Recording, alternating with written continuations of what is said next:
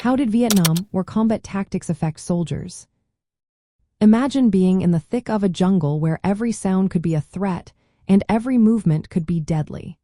That's what soldiers faced during the Vietnam War, where combat tactics played a huge role in shaping their experiences. American forces relied heavily on powerful weapons like artillery, helicopter gunships, and air strikes to fight the enemy. But the Viet Cong and North Vietnamese army often stayed very close, using hugging tactics. This meant they stayed right next to U.S. troops to make heavy firepower risky to use, forcing soldiers to pull back and call in support before attacking again. This constant back and forth made it hard to keep momentum and left soldiers feeling vulnerable. Close combat was common, and enemy firepower was often just as strong as American small arms. Soldiers couldn't always rely on their own weapons to dominate the fight. Instead, they depended on outside firepower, which added stress because they never knew when the enemy might strike at close range with machine guns or rocket-propelled grenades. This created a tense, uncertain environment where soldiers had to stay alert all the time. Tunnels were another challenge.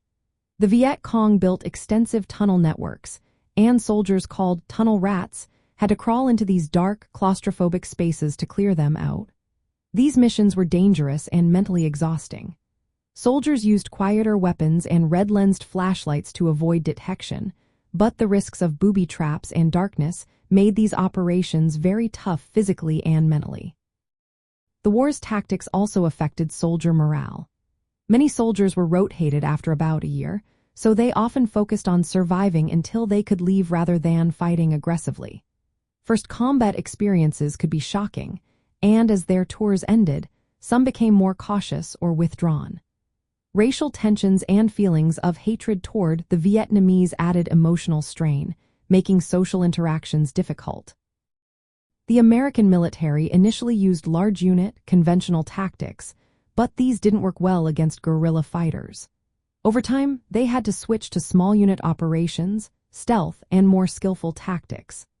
But the mismatch in tactics often led to frustration and higher casualties, as soldiers faced an enemy that knew how to hide, blend into the terrain, and fight in unpredictable ways. So the combat tactics used during the Vietnam War didn't just shape battles.